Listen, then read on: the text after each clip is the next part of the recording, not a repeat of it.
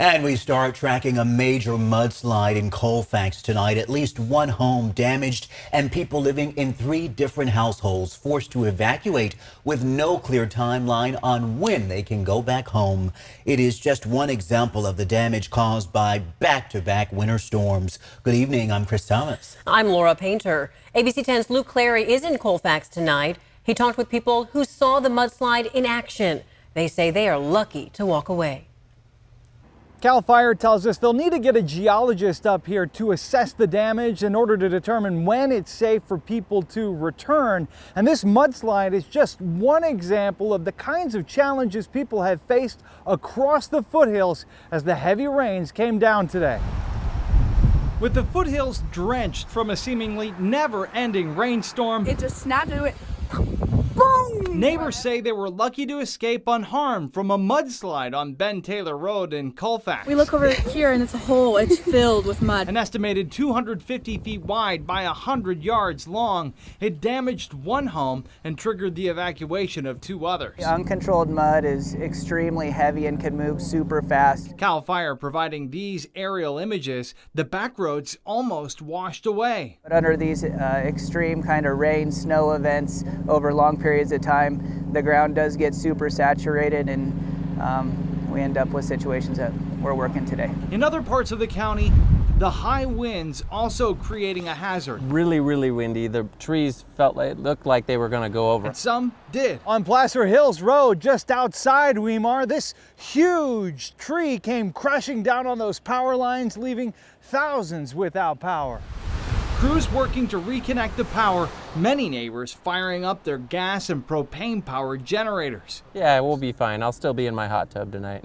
Different coping strategies apply, but with slopes soaked, drainages drenched, and the rain relentless. It just keeps coming too. Hopefully it stops raining. People across the foothills tonight just hoping to catch a break. ABC 10's Luke Clary reporting in Placer County tonight. We now know that any evacuation orders for people not living in those 3 homes have been lifted. Officials say the roads are back open tonight as well.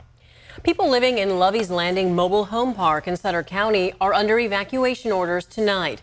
That's just south of Colusa. The Sacramento River is expected to rise above 65 feet by noon tomorrow. Power will be shut off at the park for safety. And look at this, a water rescue caught on camera. Sacramento Metro Fire says a kayaker went missing on the American River near Rancho Cordova. Once found, they were taken by helicopter to the hospital. Metro Fire cannot emphasize enough tonight. Please stay off the rivers. CHP Truckee says State Route 89 is closed tonight. That's because of downed trees and power lines. So if you're planning to travel, be aware of road closures and obey road signs.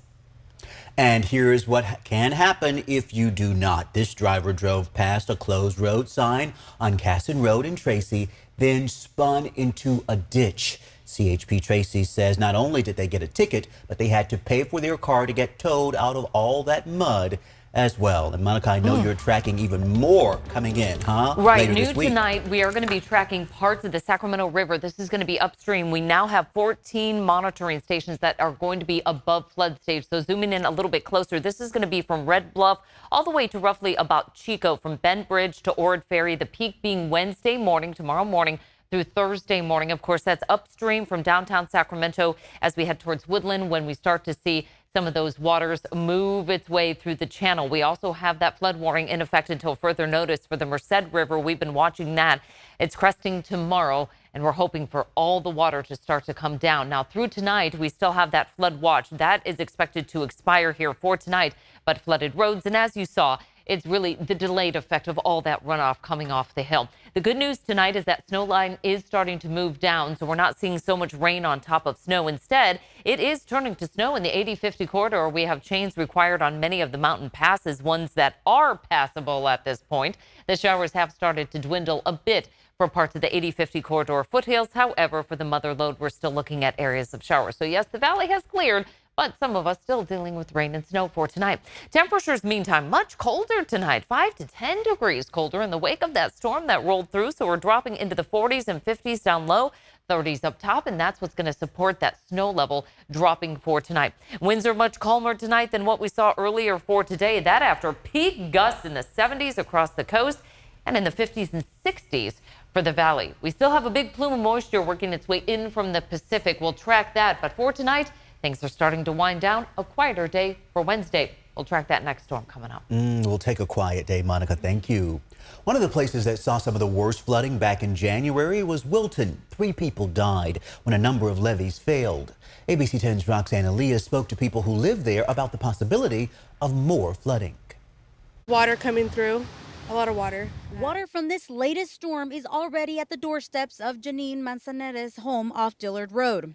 The mother of 2 says January's storm flooded the inside of her home, making things difficult for her young children. My dryer got ruined, just little things, my table, my couch.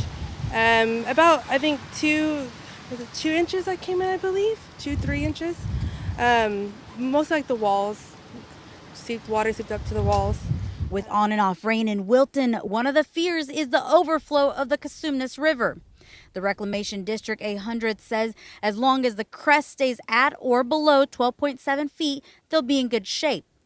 Yesterday, the prediction was a crest of more than 14 feet, which would have been bad for Wilton, but things could still change. You are seeing the banks of the Cosumnes River. It was 6-8 feet lower than this morning, and it's come up this much. Joe Cates owns Fog Willow Farms along the Cosumnes River. The educational farm for kids saw the worst of it back in January when his entire family had to jump in to save all the animals. Well, we have about 100,000 people in October, maybe another 20,000 in April. Usually the kids come out and do science experiments, field trips do. We had to cancel that. It's just too wet, too muddy. It's going to come over the top again. There's just no way. It just won't stop drying out. I mean, Mother Nature has just pummeled us this year. Now, we did speak to Wilton fire officials. They tell us things are quiet tonight, but they are ready to act if and when calls come in. Slushy and slippery road conditions have been making driving tough across our region. This picture shared by CHP Truckee shows a vehicle flipped on its roof. Thankfully, no one was hurt, but a new study finds which of the most popular vehicles on the road falls short of keeping you and your family safe. The vehicle you trust every day might not be doing enough to keep your family safe. A new study finds most mid-size SUVs don't have enough front crash protection for passengers in the back seats. That's according to the latest crash test ratings from the Insurance Institute for Highway Safety. Our ratings clearly show that there's a difference in rear seat passenger protection when it comes to vehicles. For drivers who are often transporting passengers in the back seat, whether it be your children or elderly parents, the Institute recently updated one of its long-standing front crash tests to add a rear passenger dummy positioned behind the driver. For cars model year 2007 and beyond, the risk of a deadly injury is 46% higher for people wearing seatbelts in the back seat than in the front. This isn't because the rear seat has become less safe, but because restraint technologies have only improved in the front seat. In the updated test with the rear-seated dummy, we are measuring the likelihood of injury, and we are looking at how well the restraint system controls dummy movement, including whether it keeps the dummy's head away from hard surfaces.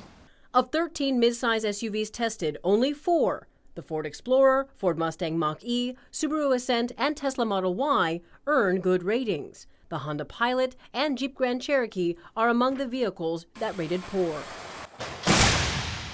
Some of the newer safety features added to the front seats include improved airbags and better seatbelt technologies.